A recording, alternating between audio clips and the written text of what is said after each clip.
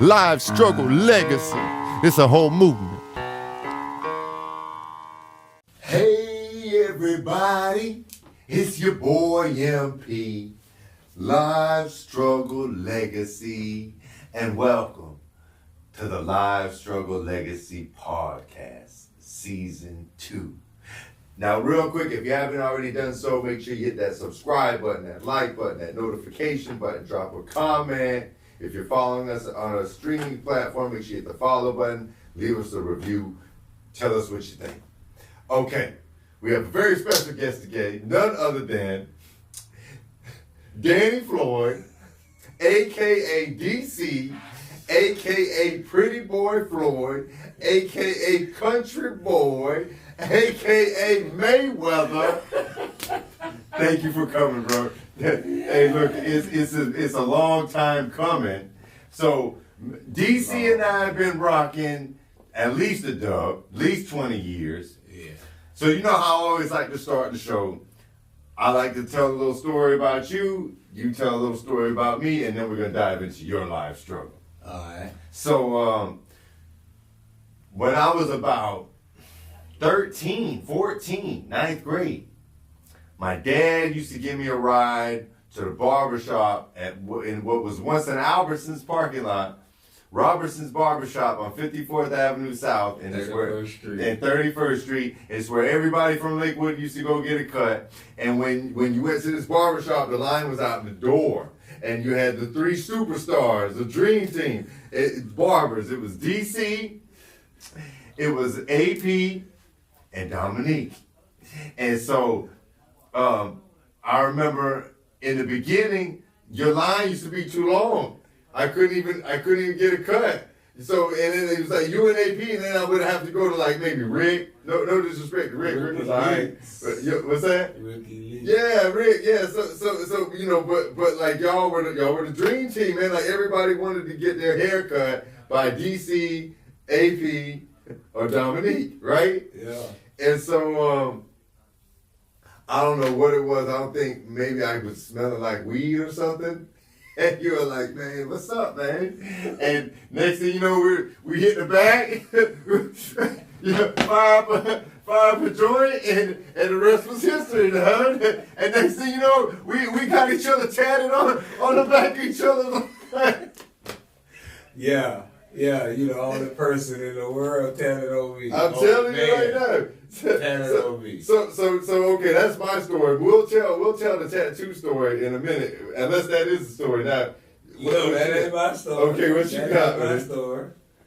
My story was the first time you drove to Williston. Oh, but I drove or I rode with you? No, that you drove the Lincoln. Okay. The Lincoln overheated before we left, bro.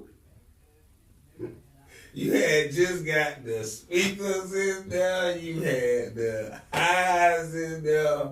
We was ready to hit the road. And the leg overheated? And it was like a valve or something. The radiator. Yeah, I knew I blew the radiator. It wasn't in major, but we couldn't drive the Lincoln, so we had to. But you drove the Lac. Your shit. Yeah. Okay. Yeah. And we went on Scotty. Oh yeah, when we picked up Youngster. Yeah. We went on Scotty, bro. But you ain't stay in Williston that long. You ain't really like Williston. Man, it was too small. But let me paint the picture of what I remember at Williston. All right, so the first time I went to Williston, I rode with you and Pody. So for those who don't know, Williston, would you say Williston is between Ocala and Gainesville? Williston is the heart of Florida. Okay, yeah, so there you have it. If you don't know Williston, look it up right now. Central Florida. Williston is the heart of Florida. Where Florida, if you, like the literal heart. It like a boomerang, Williston is almost centered. Okay. In the meat part of Florida. The heart. We the heart. So my first time in Williston, we're driving through wilderness, just wilderness, like the Blair Witch Project wilderness, like complete darkness, scary. It's very rural. Yeah. I mean, no houses, no street lights, no nothing. Cowfield. And then next thing you know, we pull around this corner, and the whole hood is standing at this grocery store. There must have been like at least 100 people out at the store. And it's like 11:30 at night, and music pumping, and you got kids on bikes, and it's like a party out of nowhere, in the middle of nowhere. Yeah. And then everybody, like, it was like they already knew me. I don't even know what, that was the craziest thing, I bro. kind of was bragging about you just a little bit. Just a little bit. I had a white boy at St. Pete, you know. Yes, sir. I call you the white boy, you know. So, I don't know if you want to dive into, because, you know, the audience don't know about Scotty and all of that. So, I don't know if you want to dive into all that, or you just want to dive right into your life struggle, bro. I mean, my life struggle is trying to stay free. Free in what sense? Free as a person. Yes, sir. Free as a human being. Yes, sir. And I have developed my own understanding of freedom now. In living and learning and going through personal experiences and watching the experiences of others, Yeah. I have learned how I value what I call my freedom, and that's my struggle, because in my freedom there's so many choices that you can make that will take it away. There's so many obstacles and opinions about how to walk through your life and everyday struggles, which is my life struggle, is to stay free and stay sober. Yes, sir. Yes, sir. That's my life struggle. So how do we get there? My path that I have taken has a lot of characteristics. I can't give it one simple layout. I can't give it one method. I have went up and down mountains and in valley lows to learn where I want to go now. So I feel that God is the main source of my direction. I put God first in a lot of my belief. I put God first in a lot of my understanding, but my decisions don't put God first a lot of the time. That's that freedom. And that's the struggle. Those decisions that we all tend to make that we feel shouldn't have an outcome. Now, every decision gonna have an outcome, but the outcome all depends on positive or negative from the decision. But it's your choice to make. Ain't nobody here to force you, even though sometimes I have been coerced. As we all have. And in the coercement of the decision, you do something that you didn't want to do. But you still have to have the outcome of that choice. And a lot of times in my life, I thought that the outcome would be worthy of the decision because of the loyalties or the significance or the sentiment of values with the camaraderie. But most of my decisions have never put me in harm's way. Most of my decisions. Elaborate. But it's always the choices. Now, you walk into school with these guys and they say, man, we got this lick. And then they give you the instructions. And they have all of the tools. And you don't want to go with them. But that's all you know is them. Yeah. That's all you see is them. So when you come outside to them and you didn't do what they did, how you gonna feel type of attitude approach to your decision? And unbeknownst to them, you make the decision reluctant to. That's what I mean, those. And then half of the time in those decisions, after you have made them along with those guys in agreement, they don't hold up to their end of the bargain. Yeah.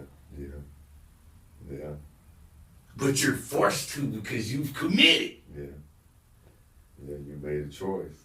And I learned the commitment early, man. And I hate that sometimes about my life, but at the same time, I love that about my life. The commitment, the understanding of knowing there's a bed for everybody to go to sleep.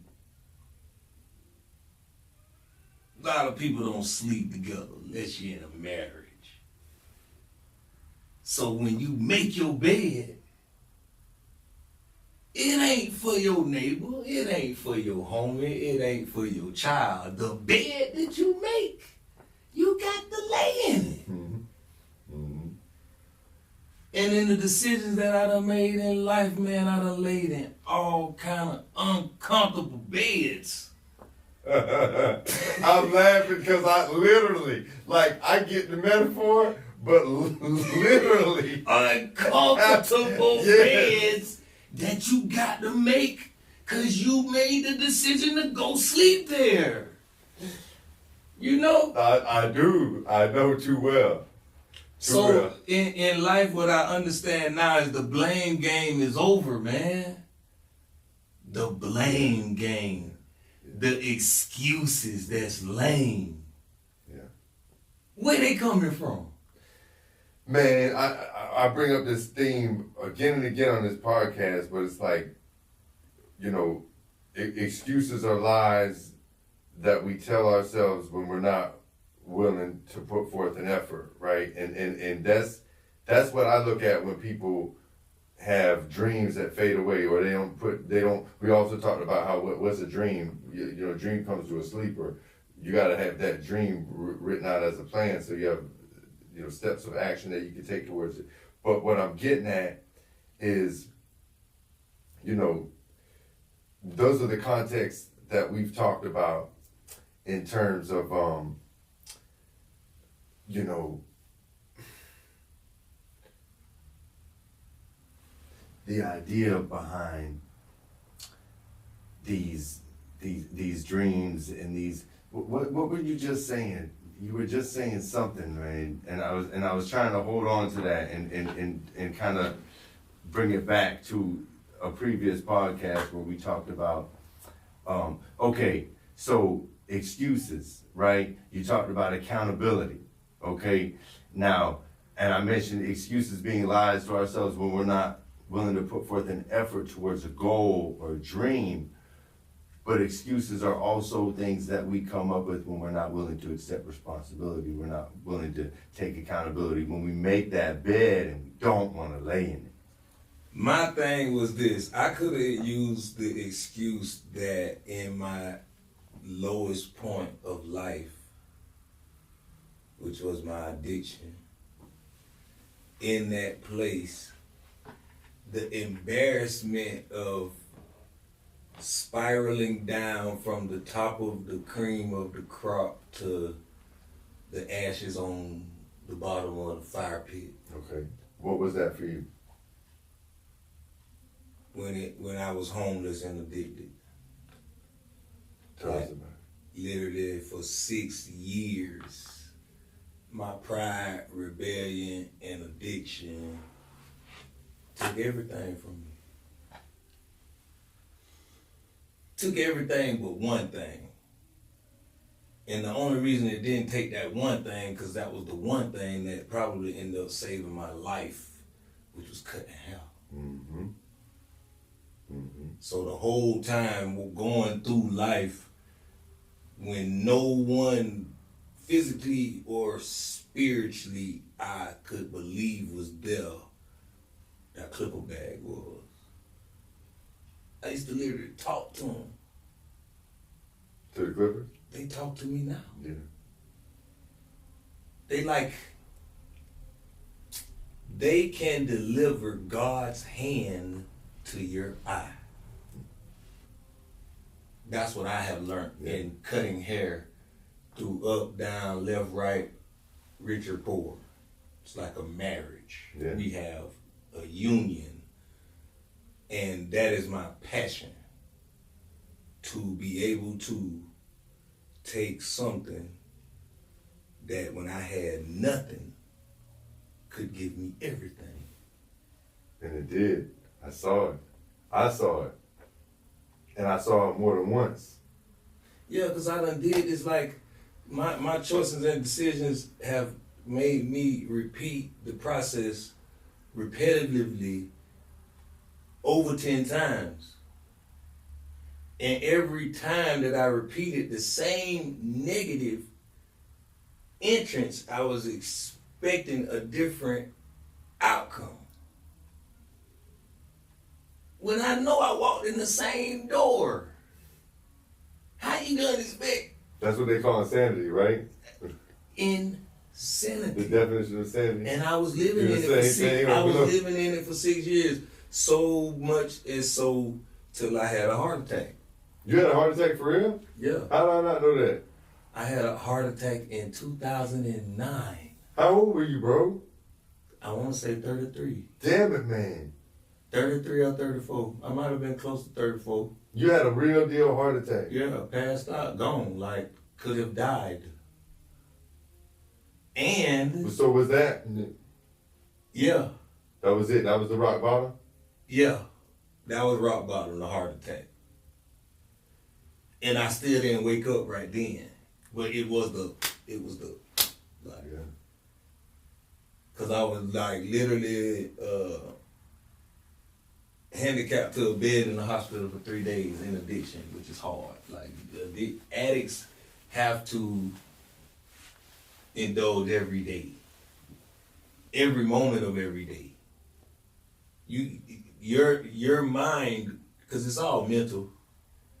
That's what I realized later once I got released, as they call the monkey on your back. Once it release you, then you can see. But until the release, you insane, which diminishes your trust, it diminishes your respect.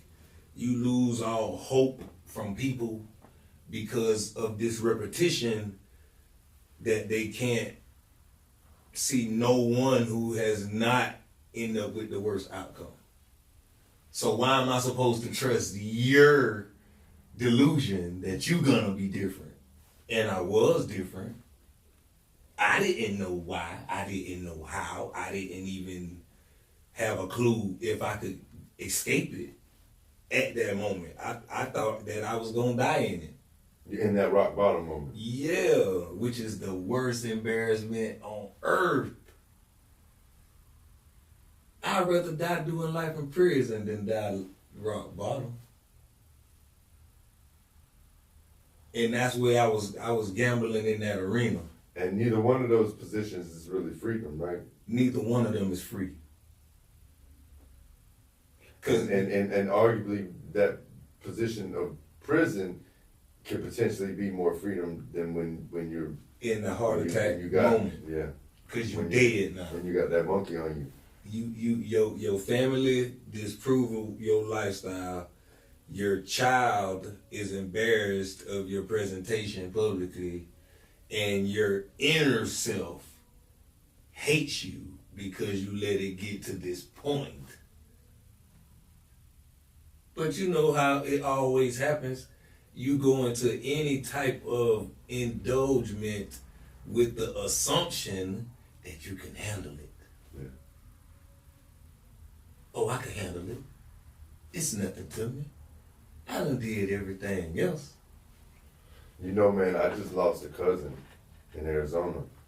And he wasn't my blood cousin, but I've been knowing him since we were kids. And man, he's one of the smartest people I ever knew. When we were 7 years old, he could play Jimi Hendrix on the guitar. He was the same age as me. I'm talking about like play Jimi Hendrix like Jimi Hendrix at like 7 years old. And he got into drugs. I don't know if it was opiates or what, but next thing you know, he got into fentanyl, and he was doing real good. He got cleaned up, and I don't know, man. He somehow, but like you said, it's like he was so smart that I think he thought he was too smart. You know, he could outsmart everything. He could outsmart the dope. He could and he had done it for so long.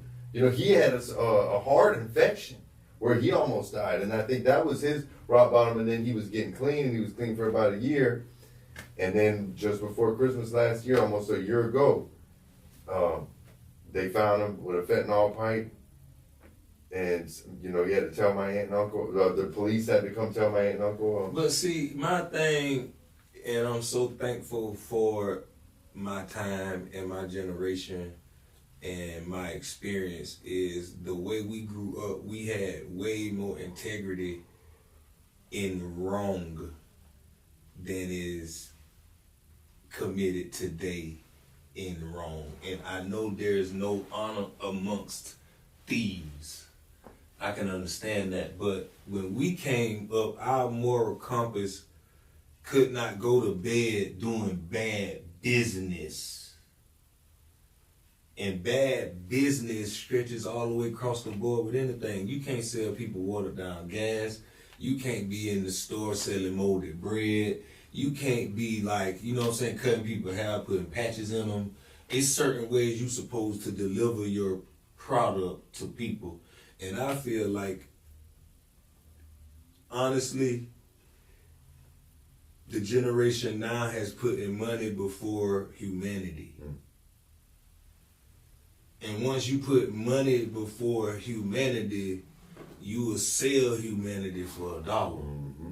We're seeing it every day, literally. Like, you will kill a mother, you will take from a child, you will.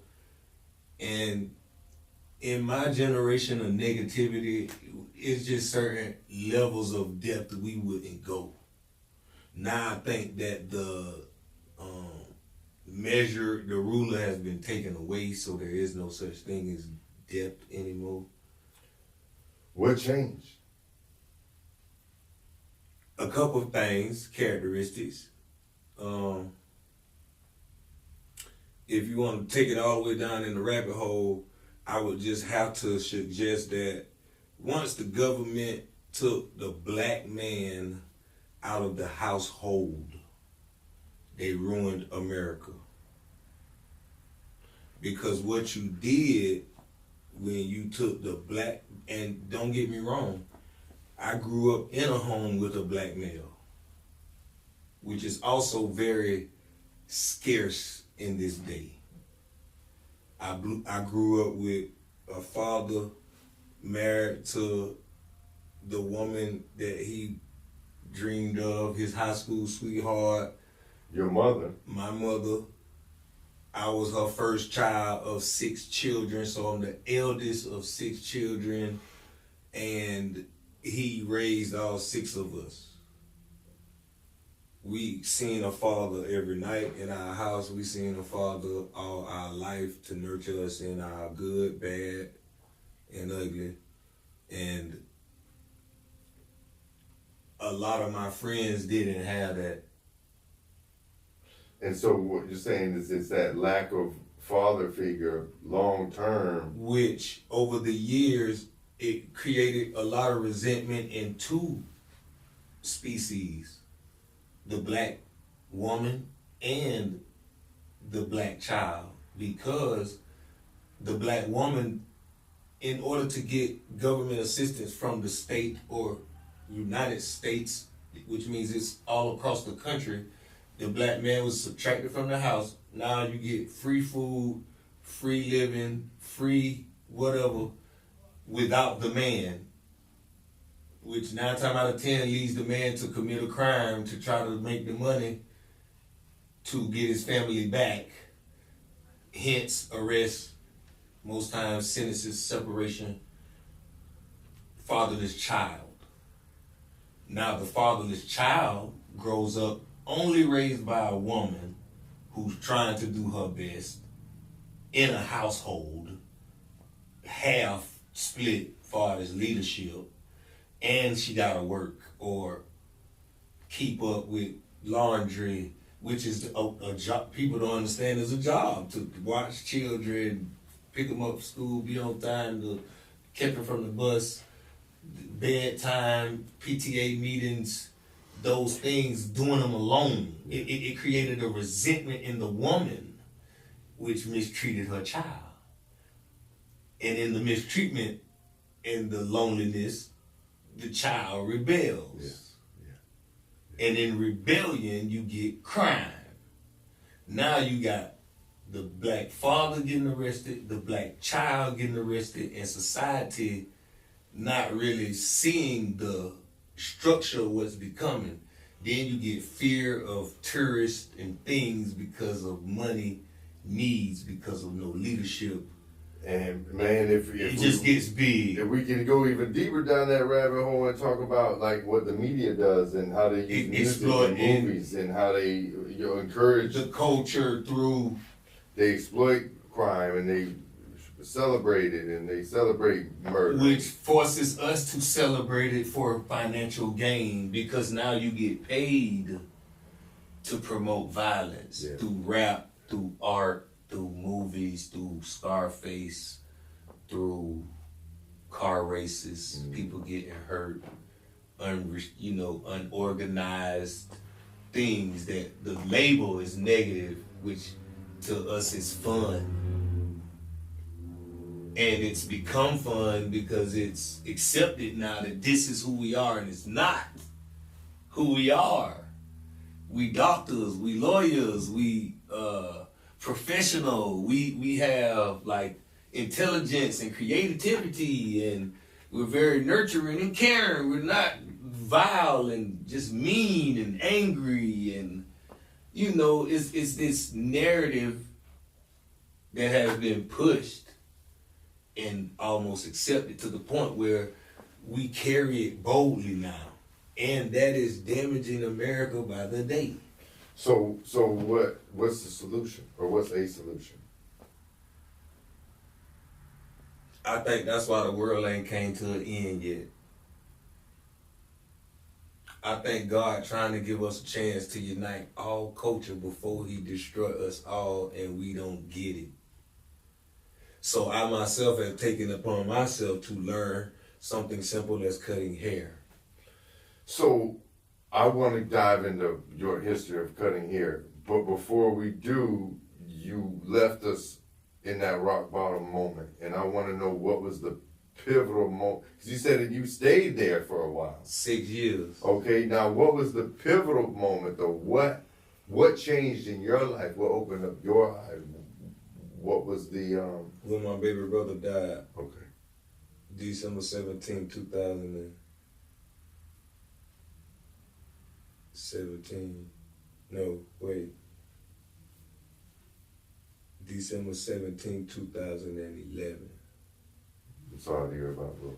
Yeah, it be still kind of touchy, even though it's forever ago. It's like it's yesterday. Because that was my favorite customer, if you would say. That was really like the first person I really like cut designs and like practice on like my artistry and hair. Was my baby brother. And it's so funny, the day he died that I was supposed to cut his hair, and he was so giving and kind that the person, it was 4 kids in the car, 2 of them died, one of them being my brother, another one being Dorian. And Dorian got his hair cut instead of Ike, which made me have to go cut my brother on the funeral table. And in doing that, I relapsed because I had done kind of like. So you had already kind of bounced back. Yeah. And when bro passed, I relapsed like bad, like all the way. I mean, I was like trying to come out, like I had done, I was dealing with major dudes, major players. You know how we was. We weren't like shabby. So the people that I knew, they really was high up in the game and they wanted to like give me a location to be at. So they had kind of like helped me get the shed. I don't know if you remember the shed. See, the shed was legendary. The shed was what got me from being homeless. The guy helped me out. He put some money up. I discussed with my mama if I put this structure in her yard, which she let me kind of like cut hair out of it so I could get my life together. But I was still dabbling in it. You know what I'm saying? But when my baby brother died, like I went back bad. And for probably 3 or 4 months after that, like just seeing the pain that I know my mama was going through for losing her son, her baby son. And here I am out here with this here craziness, and then she could possibly have to cry again about me. I had a warrant, bro. I'm gonna tell you how funny things work.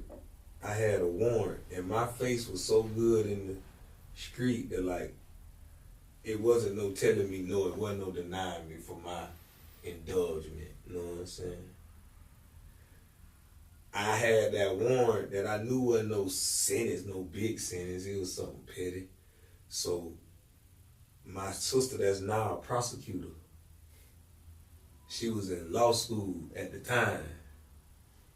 And I told her that if she gave me $20 for my last fix, that I'd go turn myself in on that warrant. And when I got out, I wasn't gonna be that same dude. And I ain't never asked my sister for no money, especially to do no wrong. Cause she's a good, like, my sister was always like the snitch, like she gonna tell dog, like, you better not do nothing wrong, cause she gonna tell type, you know what I'm saying? Yeah. But like, she trusted me enough to give me, and it was like 2 o'clock in the morning when I had knocked on a window type thing, and she trusted me, so I went and did that, like I said, and when I turned myself in, I needed them 30 days without being able to be on the street to get clean. So you did exactly what you said you were gonna do. I ain't bounced back, went back since. Since your sister gave you $20? $20, dog. That's what's up. I got out. I started working at the University of Florida. I was, my daddy had this outsourced contract where he was helping the owner of a cleaning business on campus. So we was like shampooing and stripping and waxing tile floors in the Gator locker room, and the coaches, like McElwain, Muschamp, like I knew all these people face value type. And I was cutting hair back in my shed, like while I was in jail them 30 days, my mama deleted everything that was in my shed, bro. Like everything. So when I got out, I ain't had no negative vibes. I ain't had no immediate connection. And I worked my dream of impressing my mama for my brother. That's kind of what I used, because I wasn't strong enough to say I'm just going to stop for me, because at that point, I ain't care. I had teeth missing. Like, it was bad. So the hope for me was gone, but just to give her better hope that won't be your oldest son outcome. I was focused on cutting hair, and I ended up getting my barber license. So once I got my barber license, because you know I had went to barber school before I moved to St. Pete in 2000. Yeah, I remember. 99. I remember. But I didn't get my barber license until 2011.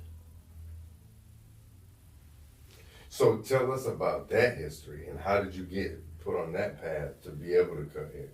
Man, my mama used to cut our hair when we was kids, like any other parent. You know, we ain't go to no barber shop.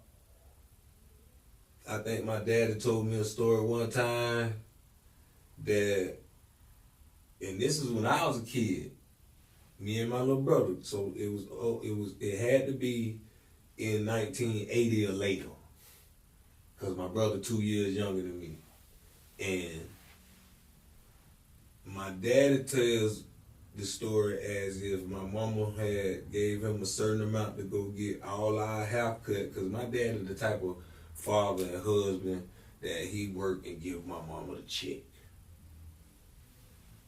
Like he give all the money. Yeah. And she managed. And she ain't never burned it. A Ain't many solid men team. can say that in life. No, I know. That's a solid team. But I guess for whatever reason, the money she gave him, he took to the barbershop and it wasn't enough or something. So obviously they couldn't afford the barber. My mama started trying to cut our hair herself. And she did her best to the point where we got to the age where, you know, the lines matter. Yeah.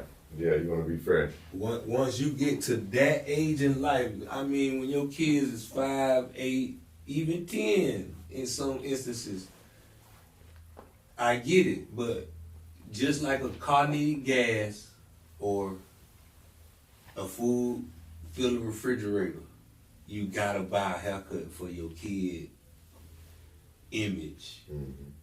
And if you're not buying the haircut, you going to get somebody to do a shade tree. The person who she was taking us to, his name was Keith Monroe. And you remember to this day. That was the fade man. That And was it's my in Wilson. introduction to wanting to cut hair. So he was like the dream team to you, and you were a He kid like was. y'all were the dream team to us. Right? And it was a few other guys. I ain't gonna leave them out since I know this is a podcast. Yeah. They gonna Somebody be listening. Somebody watched it. I know it was Sammy White, and it was Levi Crawford, and it was Jody Mars. The dream team. Them boys all was kings in their own lane. Cause Jody Mars was the design man. He draw like you see how them buildings is like, man, it look like buildings or whatever in your house. Then Levi was like the fade man. Levi could give you a nice edge, and Sammy White was the slope. It's like the slope was the like in style back then. You had to have like almost like a marine cut today, but them was the guys. So Jelly was like the bad boy. I don't know why. I grew up as a rebellious child, but I always kind of like migrated to the bad because my parents tried to raise me so good, and then that good nurturing raise that they tried to do didn't fit in the society I was raised in, so I got bullied and picked on and all of that, so I had to develop a skin for that, which probably made me worse than them in the end. But Jelly was the guy that could cut 20 people in 2 hours, 3 hours. Like he was fast. And good. And good. And he had this saying that once 12 o'clock hit, he wasn't cutting any more hair, but he didn't say it that slow. So you had to know him to know what he was saying, but he would say, and cut him with hapo. Like once he say, and cut him with hapo, it's like, You done. and I couldn't never get around there early enough to get in the chair before he would say that. So it would be like you waiting in line for nothing, because you're not going to get in the chair. Yeah. You know what I'm saying? And I used to, while I was waiting, Mike, I used to watch him. Like, what he was doing with the clippers and like how fast he was doing it. But I also used to watch how people used to like him when they got up out the chair. And how much I liked him as a child. How he made people, So I wanted to get that same type of energy on my own. Not Yeah, still you did though, bro, because you're making me think of how all us looked at you and P and Dominique when we used to come, to Robertson's. Because you got to develop that skill to be able to be that person. A lot of people in life think that, and some people are graced with the ability to have things without hard work. I haven't been one of those. So in my journey of being a barber, I have traveled all over the United States as of now because I wanted to be Keith of back then. Yes. Yeah. And in doing that, I done, cut so many people hair from so many different places. That's another thing that I'm thankful that barbering is able to give me, because I'm a very rich, broke person. You ain't broke, bro. No, I'm saying rich in value other than money. Yes, sir. But the value of my money has no comparison to the spiritual richness that I have. Yes. And that's what I mean, richly broke. Yes. Because I feel that the people that I touch is more valuable than just simply making $1 off of them. A lot of the kids that I have raised under my clippers, I ain't gonna say I raised them as a parent, but to have cut their hair for 20 years, 30 years, 35 years, some of the guys, and now they bringing their children to me to cut their hair. Relationships. People from Africa, people from China, people from Guatemala, people from Alaska, people from Cuba, people from like St. Thomas, like just places that you wouldn't even understand how to even look at on a map.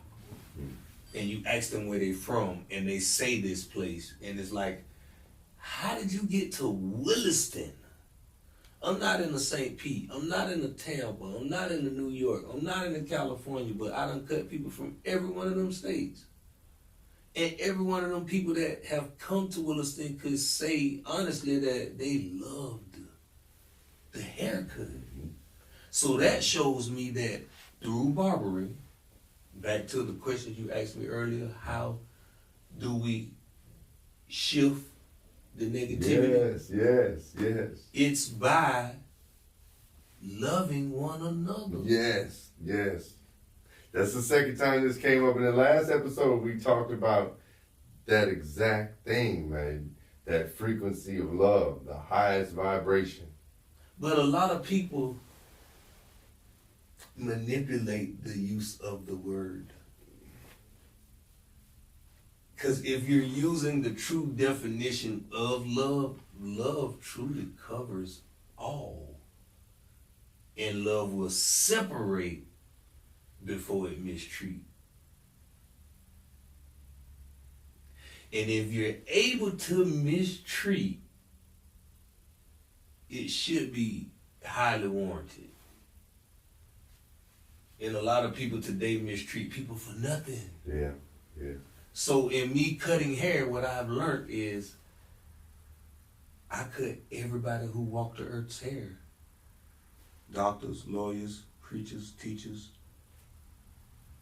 children, mall goers, flag football players, kite flyers. I cut every walk of life. So if I can show one person some love, he may not have felt it in his life. Yeah. You thinking you coming to get a haircut, which is what I've worked hard to be able to do very well. So when you come to get this haircut, and I take a needle, like an IV, and squeeze a vial of love in you while I'm cutting your hair. Yeah. What you gonna do is take that feeling and incoherently spread it. Yeah. How you gonna spread it? Because you got a nice looking haircut, and then when you go around anybody that's affiliated with you and they compliment you in any kind of way, it's gonna make you feel even better. Yeah. And then you gonna say, oh yeah, man, I just really got this haircut, I'm feeling good or whatever, But most of the crime today, most of the people who do negativity today, and this is not law, but I just wish somebody would research it for me. Look at their mug shots or look at their most recent picture. They need a haircut. Yeah, they need love.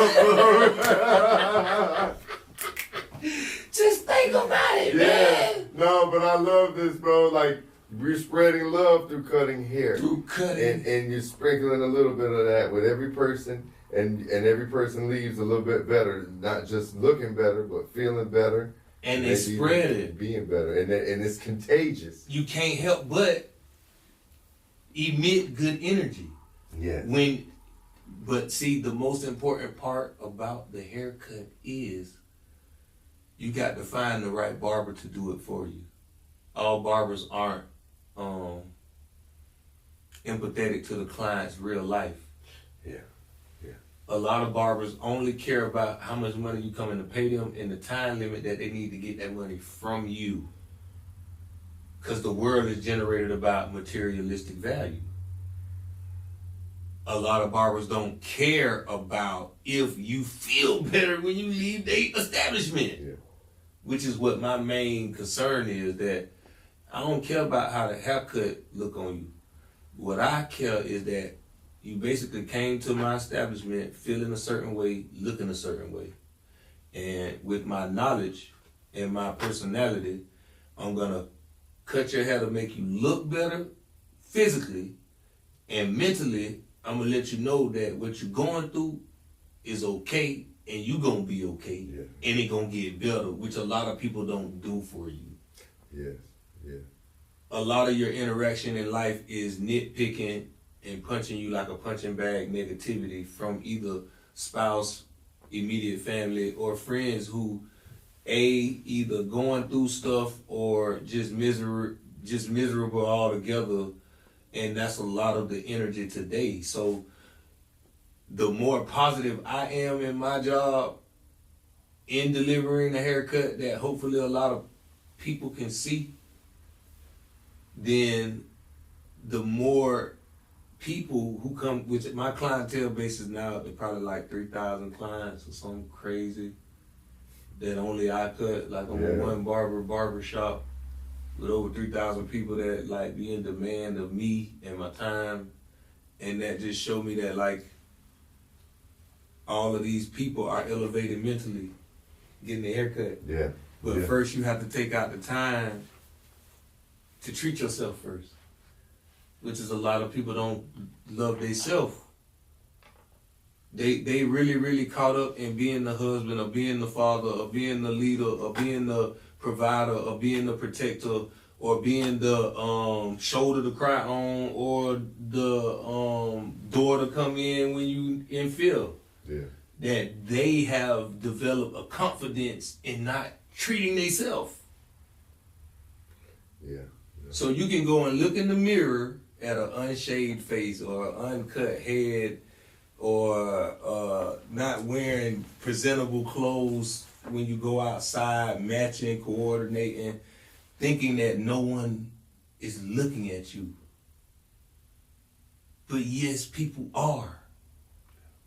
They really, and some of them are staring at you.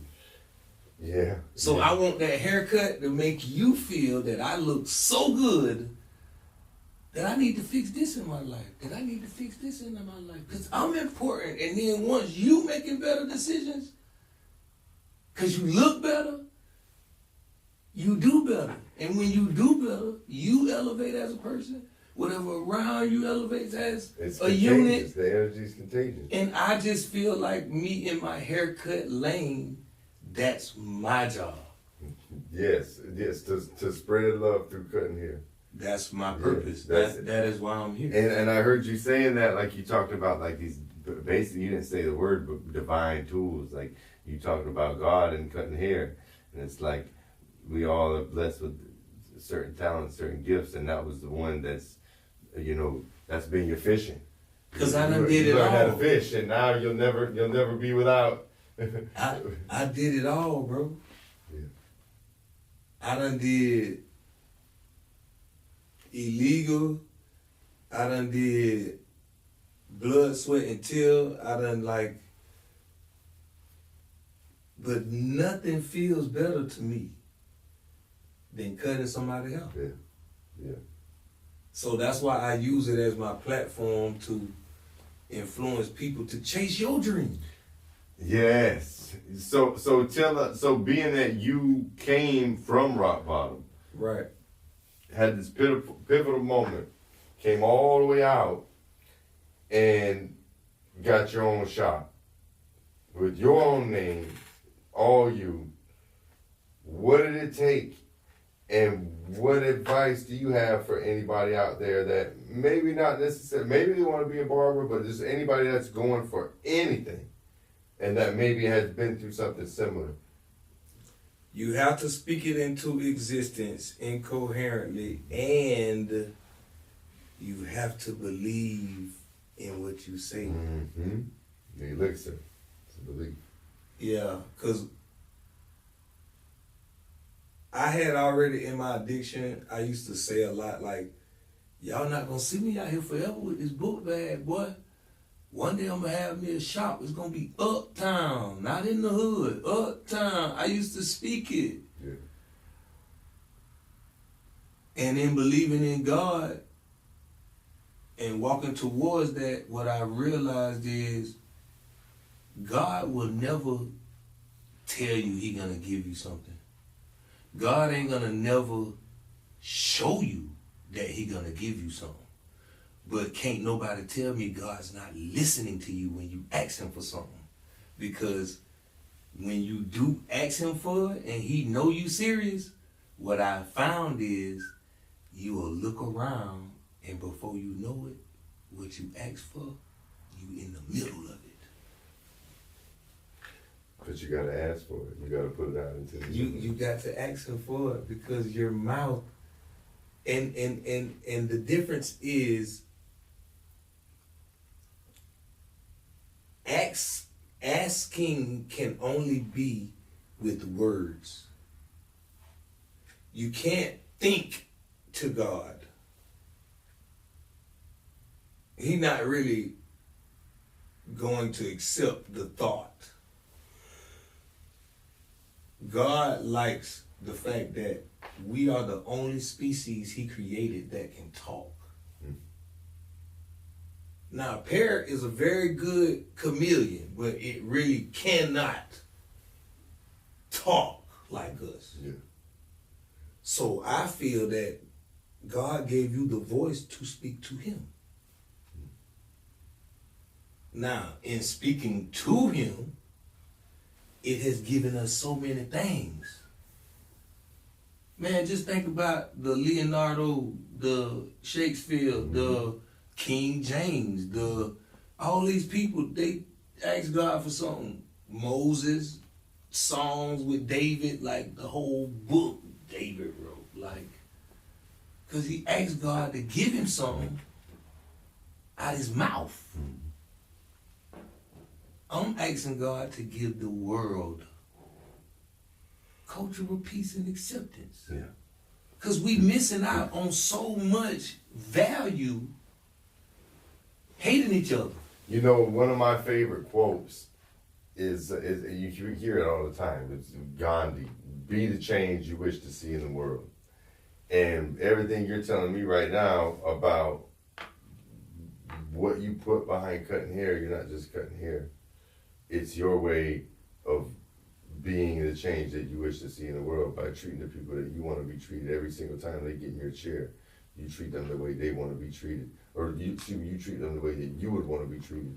And in doing so, you teach them to treat other people the way they want to be treated, right? Because that's that contagious, But without the addiction, I wouldn't know how to treat people. So that's a journey that few people are willing to take, because in the addiction is where the treatment that no one who's sober gets.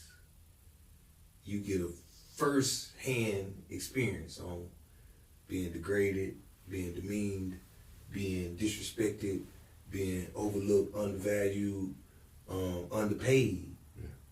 So if you have a open mind for understanding emotional value and depth without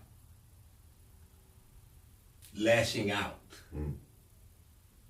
Because most times you ain't gonna make it past the disrespect. If you have a bad attitude, you gonna do something dumb.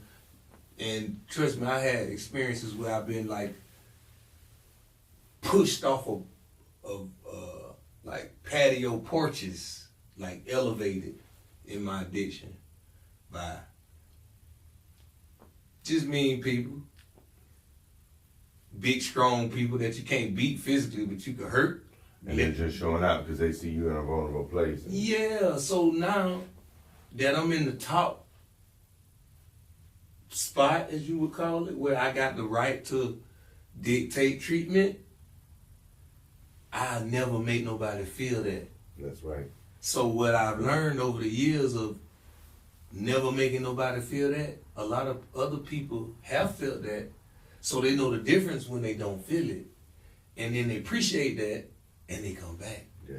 So it's the same way with a relationship in life. If you disrespect somebody, you can't expect them to be your friend. You can't expect that to be a friendship. But a lot of times things are, the underlying intentions have no value in them. But when I value humanity so much that if I could just be a part of the positive change, and if I'm not, okay. But you are though. And it shows in your shop, in your posts, in this podcast, in your family.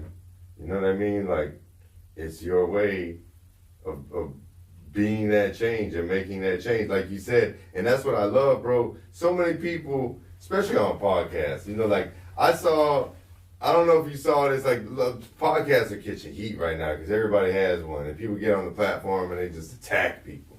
Oh, yeah, you doing this wrong. Oh, you doing that right. You do it like that. You know what I mean? And so it was this dude, I don't even want to say his name, he's a rapper dude. And he's like, you don't need to take the microphones away from these podcasters. You know, and it's like, because people, they're not giving the positivity. They're not giving that. And so, you know, here you could have talked about anything you wanted to talk about tonight, but your message was love. Your message was change. But the biggest thing and the point I'm trying to make, everybody complains about something, and it's like, okay, and you weren't complaining per se. You were acknowledging, you were shedding light on a problem, a serious problem, right? And so most people just leave it at that. So it's like, okay, well, what's the solution? And I mean, you had a fail-proof solution.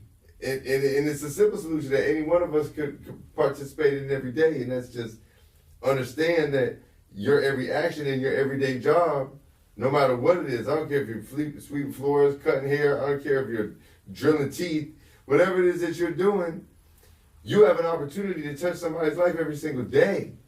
And if you're not taking that opportunity, you're missing it.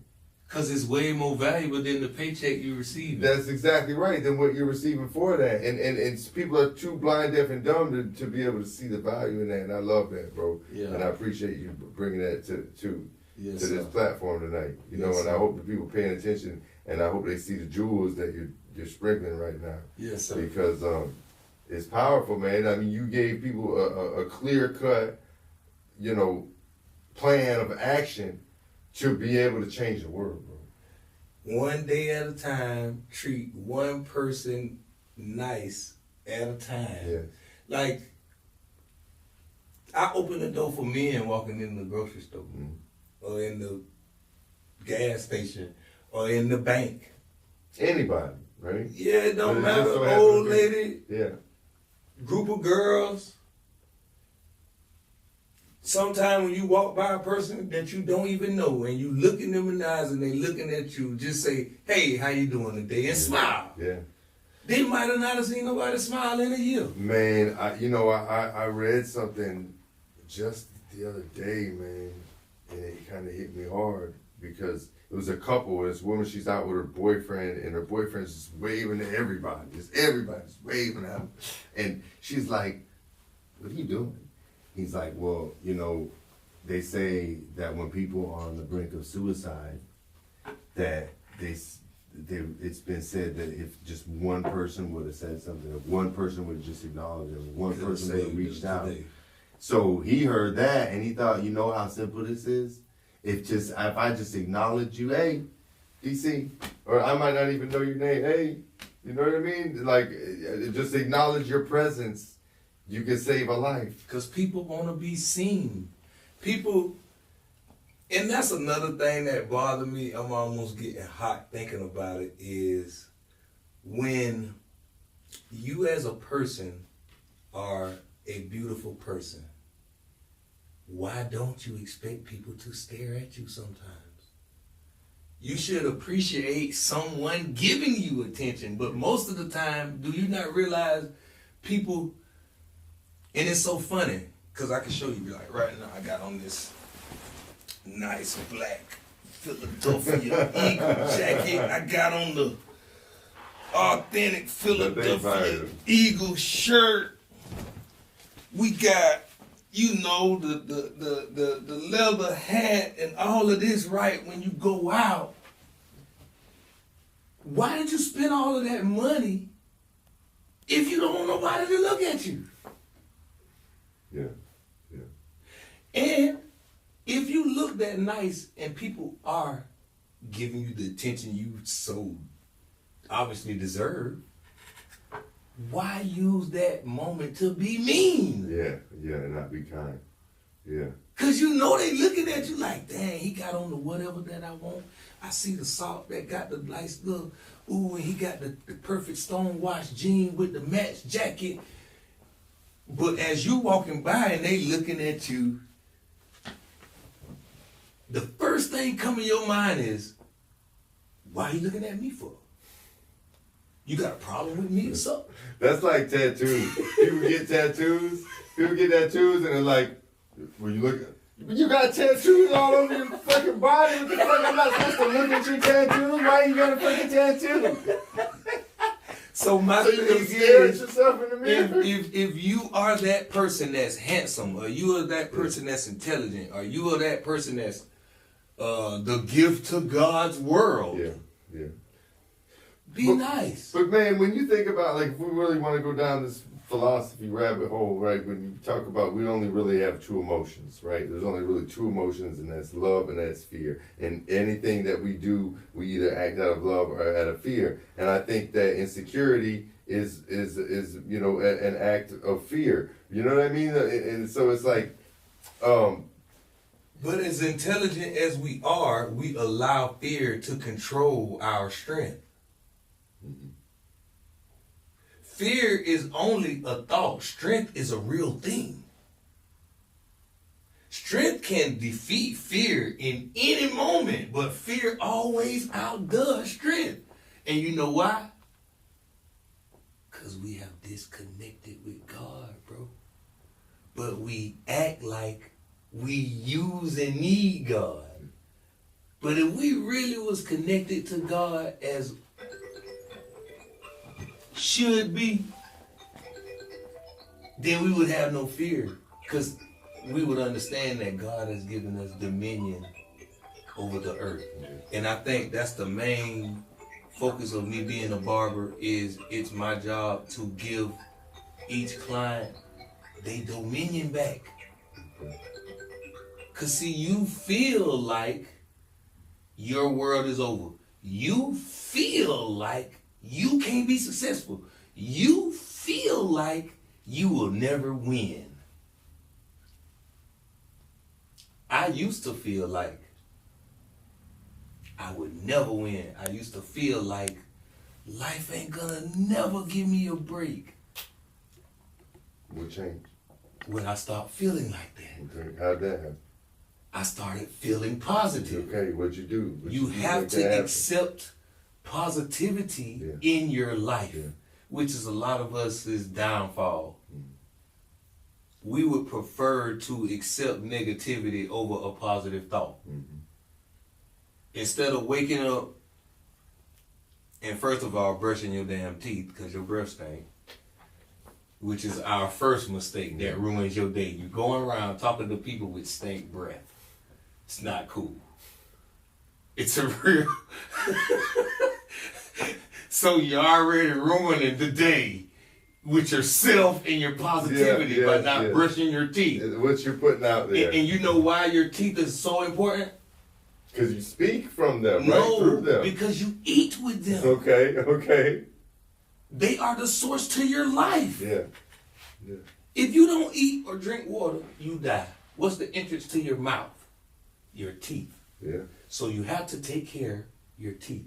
Once you know you got to take care of your teeth, you realize, damn, there are other more valuable parts of my body I might need to take care of too. Yeah. Like my health, like my fingernails, like my toes, Yeah. like my nose, like my haircut. But what I'm saying is the teeth, that smile is way more than just what you talk with. Yeah. God has that to keep you alive. And what you speak out of it is the most important thing. And the spoken word comes from the thought.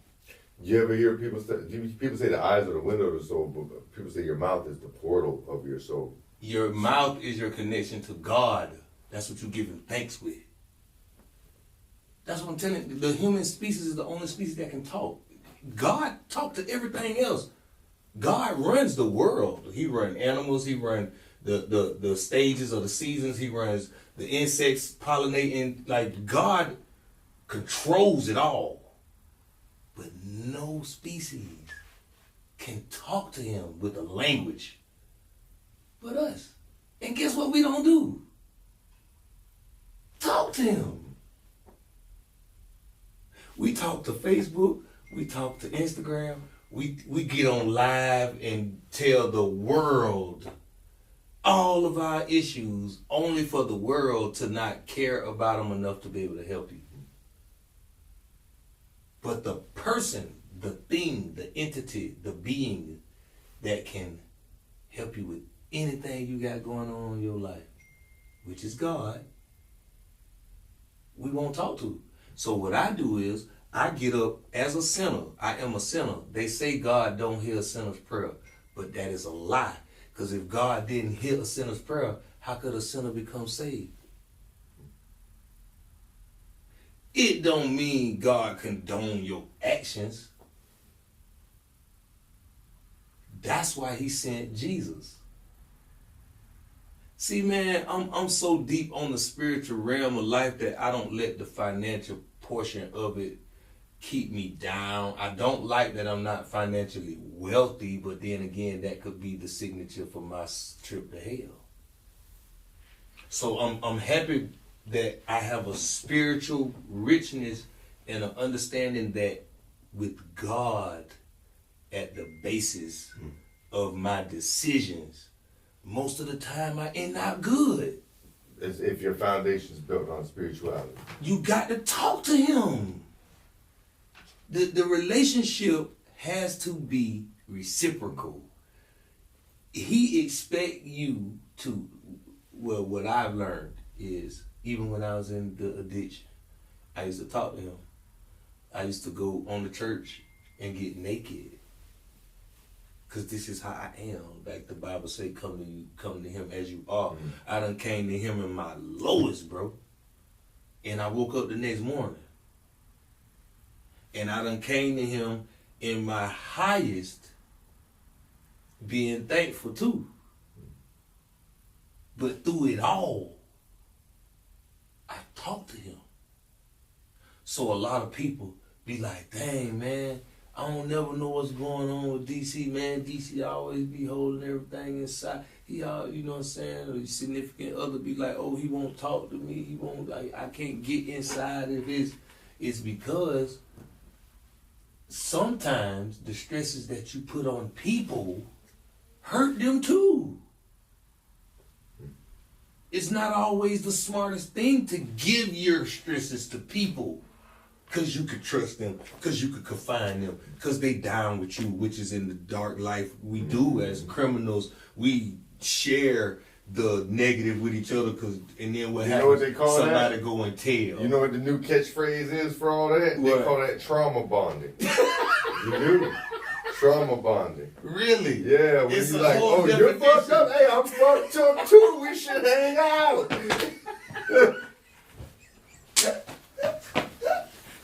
And see, how much is that going to help you? So listen, bro. No, I love this, and I want to get into more about what you got going on, because I don't believe in coincidences, and I believe in God, and I believe that God has us right here, right now, having this conversation for a reason, bro. Right? And so we talked about money and how, you know, people do things that aren't great for money, but money doesn't have to be a bad thing. Money can be a beautiful thing, right? And money can make beautiful things happen, right? Especially if that money is found through love and service to others, right? Which is the whole message that you brought to this platform today, right? So now you got some things going on, bro, through service and love, right? Yeah. And right now we need to share these things with these people, bro. We got these people out here. Okay. They want to know what is Mayweather, right? Okay. Who is Mayweather? Okay. Did I even introduce you as Mayweather? Because if I didn't, that's another whole nother AKA Mayweather. Spell it for me, Doug. MAEWETHA. Spell it one more time. MAEWETHA.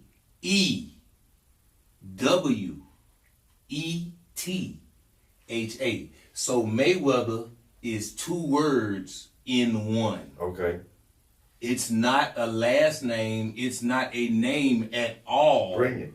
But it is 2 names that I changed my name to face the public as who I was. Okay. I could not be in the streets that my mom, dad, and family are prominently respected, and people saying, look at DC. So I had to derive an alias, almost an alien type of description. So even though I'm right in your face, you don't know who you're talking about. Okay. My mother's mother, which is my great grandma, her name was Sadie Mae. She was a Redfoot Indian. They moved from Gretna, Florida down to Williston long years ago. She had some land. She was a very independent lady. She killed hogs, wrung chickens' necks, defeathered, fried the chicken straight out the front yard type, grew her own eggs, like independent, pistol packing. Yes. Single lady. And that's the May. This is the May. Yes. We had a lot of talks some nights about my addiction and where it was taking me, and how it couldn't continue to be that way because it was no end, like no good one at least. And I couldn't just hide from it. And that's what I was trying to do. Like, I had went to Delaware, Maryland when I first got addicted in 2006. That's when addiction came in 2006. And I ran to Maryland, Delaware, Virginia. We was on the watermelon truck going up the season. And I thought that was going to last forever, but the season ended. And everybody was coming back. And I couldn't stay there. So I had to figure something out. And then coming back, I was trying to hide in all of the closets and Cutz and wherever would nobody that I knew see me. And one day, I was hiding in the closet when a person came who I didn't want to see me, and he knew I was there, and he came to the closet, and he opened the door, and he said, bro, I love you. You can't stay in there. I don't care what you're going through. I don't care how you looking. I don't care what you think they think about you. You can't stay in this closet. You got to come out. And now that man right there doing 20-something years in prison right now, and he had that did 14 and got out and went right back. So why would a loser care about me? But he did. So that's why you can't get mad if a loser give you advice. Obviously, he know how to lose. So if he giving you advice on how not to lose, take it. God sent all types of instruction to you through all types of voices. Yeah. don't mean it ain't God talking to you. You see a criminal. But that inspiration from a criminal got me out the closet. And talking to Sadie Mae, she used to say to me, see, when I was coming up, grandson, whether rain, sleet, or snow, you got to go to work. The Black history of America ain't no vacation, ain't no off day. You work 366 days on leap year pay, minimum. Whether rain, sleet, or snow, you got to go to work. So my understanding from Sadie Mae was whether rain, sleet, or snow, DC, you got to go back out there. You can't stay in here. No, and guess that, what man. happened to Mayweather? I re-left the nest again. But I was hiding, you know, fresh out to this addiction stuff, then plummeted all the way from, you know where I was before that. We was unbelievably high. And then to go all the way down to the direct opposite, that was hard to face such a small community with my name. So I said to myself, Grandma said, you right. I gotta go. So Mayweather was created, right? Bro, I lie to you not. I made everybody that knew me stop calling me DC. Because I had decided or basically committed to the addiction. I'm not trying to change. I don't want to be DC. I want to be addicted. I want to be in the street. I don't want to have no responsibility. I don't want to owe nobody nothing. I just want to be left the fuck alone. Maybe. And however I got to do it, and I did it some bad ways, dog. Bad ways. My sisters basically almost like really disowned me, bro. It was bad as a big brother. I'm setting this example this late in life. I'm in my 30s and this is what you decide to do. I couldn't be DC. So in being Mayweather, I almost got my mama to call me Mayweather, but she said, I had you, son. I'm not calling you no Mayweather. But yeah, so I became Mayweather to hide the fact of my embarrassment in my addiction as DC. And Mayweather became street famous. Really street famous. Not like commercial, not like, I'm saying his dark alleys and doors that, when I say Mayweather, you hear whoosh, whoosh, whoosh. But if you go to that door, you might not make it home. And Mayweather was like totally respected to the point where I didn't even have to buy nothing but drugs. I only bought drugs for 6 years.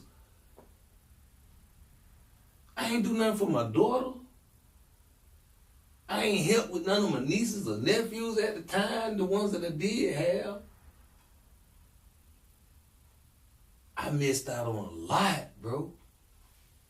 So, in cleaning my mind up, that's why I'm so focused on being positive and happy now. Yes, sir. So, with Mayweather, okay, that's who you were in the streets, or that's who got you out the streets? No, That's where you kind of that's lost who I me was in the streets. Okay. That was who you called me. Okay. There was no other description. Okay.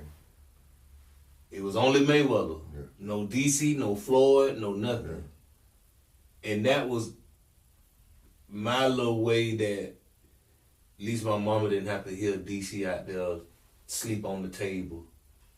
DC up there with the same clothes he done had on for a week. DC somewhere in somebody's yard outside behind the... Yeah. No, that's Mayweather. Yeah. All right, listen, no. Listen, I love you, bro. Listen, so now I need to know how you have taken that stigma you pretty much put on yourself. I don't even know if it's a stigma, but this persona that you put on, and now you've managed to turn this into a brand. It's in your barbershop, okay? It's in his barbershop, Mayweather. Right now, you talked about potentially doing a product launch and everything. Right? I have a product launch. Right. I have a website. It is www.mayweather. Spell it one more time. www. Mayweather. MAEWETHA.com. www.mayweetha.com. Yes, Mayweather. Mayweather.com. Mayweather. What can we find on Mayweather.com? You could get bathing suits, boxers, t-shirts, crop tops. Okay. It's all different types of designs of shirts. We got sweaters, hoodies. I mean, like, it's a nice, just go check it out and scroll up through there. It's a lot of different accessories that got Mayweather on it. Like, we trying to put the brand out as rather rain, sleet, or snow, which was the basic, what I pulled out of the negativity of Mayweather was Mayweather didn't quit. Yeah. Mayweather didn't give up. Mayweather didn't die like a lot of people thought that he was gonna die. Mayweather lived on. Mayweather lived through. So is a Mayweather in you too that don't quit, that won't die. It ain't got to do nothing with nothing negative at all. And it sounded to me like in the midst of all this darkness, Mayweather found a little bit of light and love in his life. DC was ready to give up. Mm-hmm. So I had to take on an ulterior identity. Okay. Because the one that I was born with at that moment was overstressed.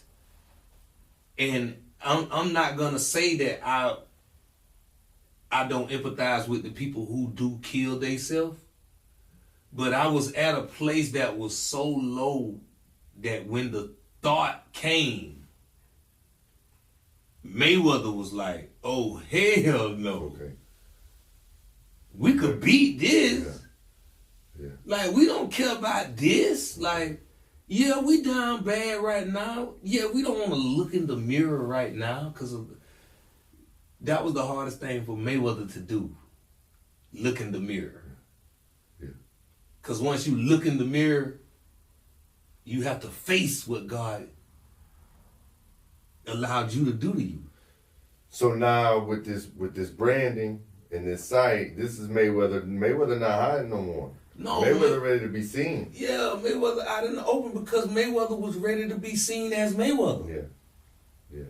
But how Mayweather was embarrassing to his family. Yeah. I'm so happy that social media wasn't prominent as it is now then. Because you can't outlive social media, is undefeated. So how does but you're using social media to do beautiful things right now. You're spreading love and light. You're serving. You know what I mean. You're doing things for kids with the every year you do the holiday drive. You're always doing fundraising. That is what Mayweather. Okay, so the fundraising and the charity is because when Mayweather was so down, there were people that helped me. If you've never been down in life, then you won't understand that. But if you have been down in life, then I know you understand that. So I show it to let you know you ain't the only one that go through this. You're not the only one. And in Mayweather having those people to $200 for Christmas, like I said, I didn't have to buy nothing but drugs. So when it came time for holidays and gifts for my daughter, I only had one child, stepchild too, but like one child. Where you go get some money from, right? Who gonna give you some, don't nobody care about you like they say the streets cold. They say there ain't no love in the streets and all that, right? But yes it is. Cause God there too. God is all over the earth. God is not like just in the upper echelon. God is not just where it's lit at. He where it's dark at too. And in those dark times, he had people there that I could ask to help me. Yeah. So I remember that. And as a Mayweather's approach, I could have free for school now. Okay. And for Christmas, I give away gifts to kids who are unfortunate. So now we tying Mayweather in with the barbershop. Because that's what Mayweather is. Mayweather was like needy of the community's help. And because of the addiction, a lot of people wasn't in agreement. Yeah. Like, man, I ain't finna help him. He out there wasting. Okay, I get it. But think about the kid. Okay. So, if those people wouldn't have thought about my child, then I wouldn't have the confidence in the community of those. Yeah. So now if people like us help out the same type of parents, we give aid on parents who down on their luck right now. Because I ain't down now. Yeah, exactly. You never know what somebody's going to do. You never know. I was down then. Yeah. But now, the people who helped me, they can rest assured that didn't go with void. So again, this is you being the change that you wish to see in the world. Yeah, because people helped me, and that for me to see that's what I loved. That gave me so much motivation. That gave me so much inspiration that I could get helped in my down. Yeah.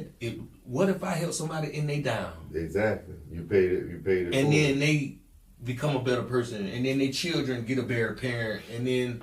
And again, that's the call to action. That's how you change the world. Like you said, that's the solution to the problem. And you're rarely gonna get paid for that. And here's the thing, like that's something that every single one of us, I don't care who you are, where you're watching, that's something that every single one of us has the power to do. Just be kind, treat people the way you want to be treated. Because it's you can change easy. the whole world. All right, try to be mad and see how long it takes you to hold that face. When I'm talking about you, just imagine your most angriest feel in the face it give you, and now try to make that face for over 30 minutes. It hurts. It's hard to do. It'll hurt you. But it's so easy to smile. They say it takes a lot more muscles in your face to frown. Man, you can smile so easy, bro. It's the same way how you treat somebody. It's so easy to treat somebody good, but think about this. You have to really go back in your drawing board to be mean to people. You got to like really come up with how much. And it ain't always no guarantee to be successful, but you got to literally, but to be nice to somebody, it's like second nature. So, final thoughts on what you want to bring to this platform, what you want to bring to these people, how you want to promote your barbershop, how you want to promote Mayweather. You got these people watching, so let's put them to work, man. What can they do to get involved with Mayweather? What can they do to get a cut from DC, man? You can book with me on the Squire app. Okay. SQUIRE. You can book with me from Facebook or Instagram, or you could download the app. Okay, drop the handle so we know. I am on Facebook as DC Floyd, but you can book with me and follow me on my business page, which is Countryboy Cutz with a Z. All singular, not countries, boys. Country Boy, CUTZ Cutz. Or you can follow me on TikTok under Mayweather. M-A-Y. Oh, no, my bad. Yeah, see, the boxer let me shut my and mouth. me are totally, the spellings are totally different. Give it to him one more time. MAEWETHA. Okay. MAEWETHA on TikTok. Yes. Mayweather.com. For the website. www.maetha.com. Yes, for any type of merchandise or shopping goods. And my Facebook is DC Floyd, FLOYD. And I have a cartoon character What? as my icon. Okay. Yeah, it's a cartoon character, freed up as my icon.